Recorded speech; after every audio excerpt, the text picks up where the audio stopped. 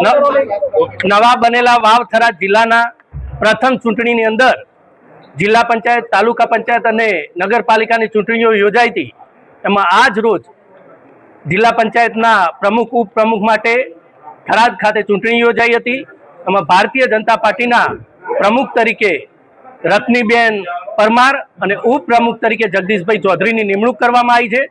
આ વાવ થરાદ જિલ્લાના તમામ મતદારો અને 18 આલમ અને 36 કોમનો ખૂબ ખૂબ આભાર માનું છું પ્રમુખ તરીકે કે આ નરેન્દ્રભાઈ મોદી સાહેબ અને ભૂપેન્દ્રભાઈ પટેલ સાહેબની આ વિકાસની રાજનીતિએ સ્વીકારી અને ભારતીય જનતા પાર્ટીના તરફેણમાં મત આપી અને આજે ભારતીય જનતા પાર્ટીના પ્રમુખ, ઉપપ્રમુખ તરીકેની આ નવા બનેલા વાવથરા જિલ્લાના પ્રથમ પ્રમુખ તરીકેની જે નિમણૂક થઈ છે એ માટે રત્નીબેનને ખૂબ ખૂબ અભિનંદન આપું છું અને જગદીશભાઈને પણ ખૂબ ખૂબ અભિનંદન આપું છું। આજ રોજ નવનિયુક્ત વાવથરા જિલ્લાની અંદર જિલ્લા પંચાયતના પ્રમુખ તરીકેની આજે સમિતિ યોજાઈ હતી। એમાં ખૂબ જ બહુમતી સાથે અમારી આ વાવથરા જિલ્લા પંચાયતના નવનિયુક્ત પ્રમુખની વરણી થઈ છે।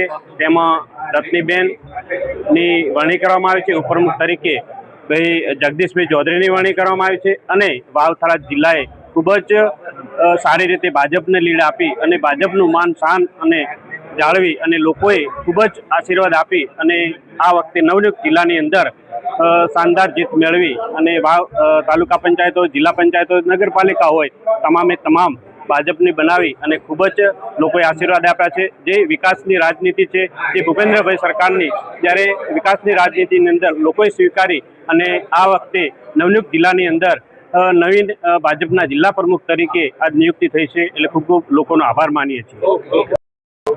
મારું નામ રત્નીબેન અતુલભાઈ પરમાર, જિલ્લા પંચાયત મલુપર સીટ 17। આજ રોજ વાવથરા જિલ્લા પંચાયતમાં મને પ્રથમ પ્રમુખની જવાબદારી આપી આ બદલે પાર્ટીનો સમગ્ર નેતૃત્વનો ખૂબ આભાર અને જિલ્લાના નેતૃત્વનો પણ ખૂબ આભાર અને આપણા લોકસેવક શંકરભાઈ ચૌધરી સાહેબનો પણ ખૂબ ખૂબ આભાર તેમજ મલુપર જિલ્લા પંચાયતના તમામ મતદારોને પણ આભાર અને મને મળેલી જવાબદારી હું નિષ્ઠાથી નિભાવીશ। સૌનો સાથ, સૌનો વિકાસ। જય જય ગૌરી ગુજરાત। પ્રથમ એવું કયું આપ કામ કરશો જે વિકાસના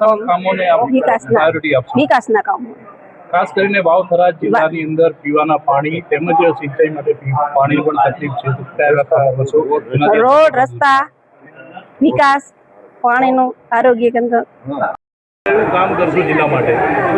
આજે વાવથરા જિલ્લામાં પ્રથમ નવા જિલ્લાની જિલ્લા પંચાયતની ચૂંટણી યોજાઈ, જેમાં પ્રમુખ તરીકે રજનીબેન અને ઉપપ્રમુખ તરીકે મારી પાર્ટી વરણી કરી, જેમાં પ્રદેશના અધ્યક્ષ વિશ્વકર્મા સાહેબ, મુખ્યમંત્રી સાહેબ આપણા અને આપણા જિલ્લાના અધ્યક્ષ શંકરભાઈ સાહેબ, જિલ્લા પ્રમુખ આપણા નરેશભાઈ, 3 મહામંત્રી અને દિયોદર તાલુકાના ધારાસભ્ય કેસાજી ચૌહાણ સાહેબ, વાવના મંત્રી સ્વરૂપજી ઠાકોર સાહેબ, સૌનો આ તબક્કે હું ખૂબ ખૂબ આભાર માનું છું અને મારા ઉપર જે વિશ્વાસ, પ્રમુખ ઉપર જે વિશ્વાસ મૂકીને અમને મેન્ડેટ આપ્યો એ મેન્ડેટ અમે સાર્થક ઉતરી અને અમારા જિલ્લા પંચાયતના દરેક સદસ્યોનો પણ ખૂબ ખૂબ આ તબક્કે આભાર માનું છું।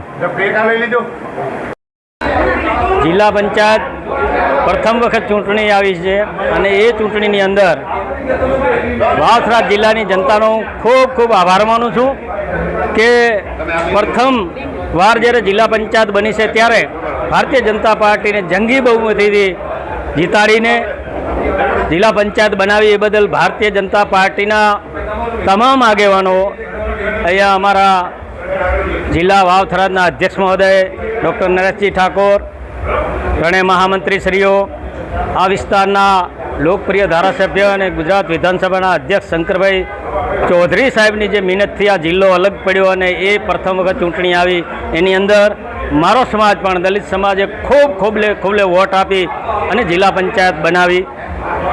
આનાથી વિશેષ કહું તો આ જિલ્લા પંચાયતના વાવના ધારાસભ્ય શ્રી સ્વરૂપજી ઠાકોર સાહેબ,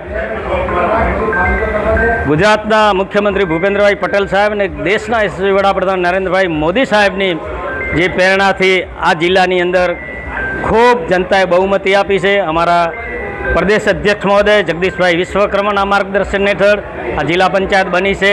અમને વિશ્વાસ છે સૌ પ્રથમ તો હું વાવથરા જિલ્લાની જનતાનો આભાર માનું છું કે પ્રથમ વખત જ અમારા સમાજની સીટ આવી છે અને મને વિશ્વાસ છે કે રત્નીબેન બહુ સારો વહીવટ કરશે, જિલ્લાની જનતાને સારો વહીવટ આપશે એવી હું પણ ખાતરી આપું છું અને ફરી વખત વાવથરા જિલ્લાની જનતાનો ખૂબ ખૂબ આભાર માનું છું કે અમને વિજય બનાવ્યા.